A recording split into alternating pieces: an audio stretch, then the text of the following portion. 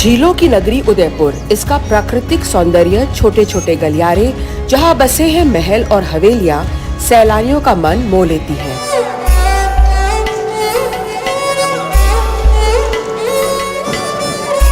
उदयपुर पर्यटन की दृष्टि से राजस्थान का सर्वश्रेष्ठ शहर है, लेकिन इस बार झीलों की नगरी में राजनीतिक मुकाबला भी कुछ अलग अंदाज में ही नजर आ रहा है।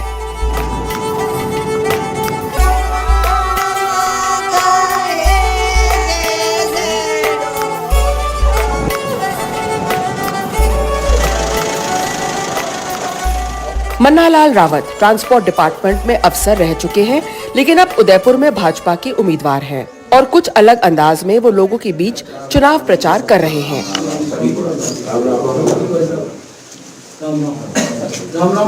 खुद मूल आदिवासी होने के कारण वो आदिवासी अंदाज में ही लोगों से घुल मिल जाते हैं।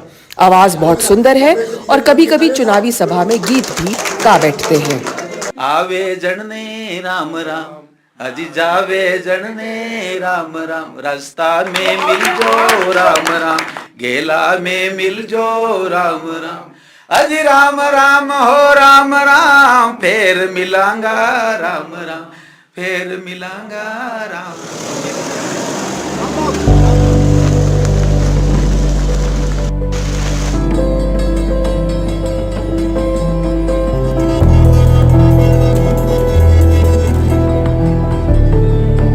डबल इंजन की सरकार और विकास भाजपा का मुद्दा है। मतदाताओं को यही बात वो देसी अंदाज में समझाते हैं। बूथ लेवल पे 370 वोट से बीजेपी को जिताना है, ये भी संभव नहीं है। विचार एक ही है, विचार है सबरो साथ, सबरो विकास, सबरो विश्वास और सबरो प्रयास।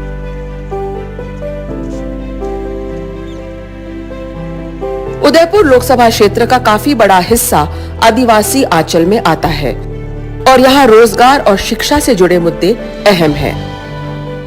गुजरात हो, महाराष्ट्र हो, कहीं पे भी, चाहे एमपी में हो, यहाँ रोजगार केवल और केवल बरसात के अंदर एक फसल का यहाँ पर हमारे को ये मदद मिलती है।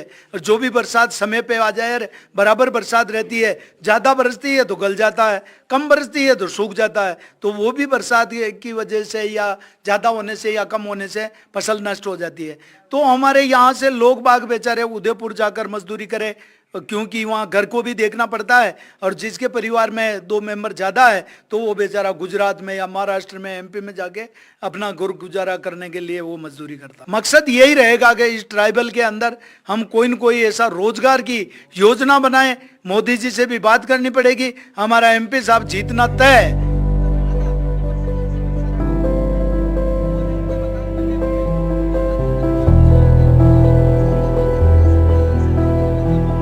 भाजपा का प्रदर्शन उदयपुर में पिछले लोकसभा चुनावों में काफी बेहतर रहा था। 60% से ज्यादा वोटों से भाजपा के प्रत्याशी यहां से जीते हैं और उदयपुर शहर भाजपा का गढ़ माना जाता है, लेकिन उदयपुर शहर के मुद्दे ग्रामीण के मुद्दों से कुछ हटकर हैं।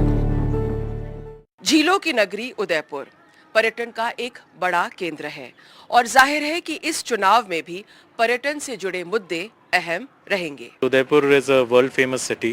It is known for its tourism, its natural beauty. There are a lot of plannings, there are a lot of meetings that are held to make all these plans, but on the grassroots level we don't see much happening, and this has been going on from a very long time. झील विकास प्राधिकरण का office, head office Udaipur में होना चाहिए, और संरक्षण जो proper आप जैसे बता रहे उतना नहीं हो पा रहा है। दूसरा है कि अरावली की जो पहाड़ियाँ हैं ये धीरे धीरे कटती जा रही है। पिछले कुछ समय से बहुत सी पहाड़ियाँ कट गई है, तो इतनी जो पहाड़ियाँ कटती कहीं ना प्रकृति का संतुलन बिगड़ता है, तो इस पर भी रोक लगाई जानी चाहिए, क्योंकि पर्यावरण में अगर संतुलन नहीं होगा तो ये सब खत्म हो जाएगा। तो उसको देखते हुए फिर विकास किया जाना चाहिए।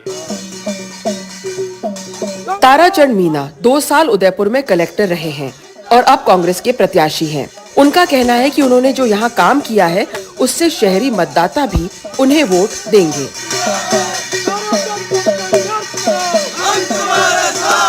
हमारे आदिवासी भाइयों को आगे बढ़ाने के लिए भी मैंने बहुत काम किया और सभी वर्गों के लिए बहुत बड़ा काम किया, चाहे शहरी क्षेत्र में हो, ग्रामीण क्षेत्र में हो। आपके कई कैंपों में मैं आया हूँ। कांग्रेस पार्टी की हमारी हमेशा सोच रहती है विकास के काम कराए जाए।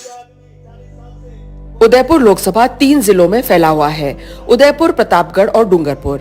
यहाँ शहर के मतदाता करीब 30% हैं और ग्रामीण इलाके के वोट करीब 70%, जो कि ज्यादातर आदिवासी वोट है।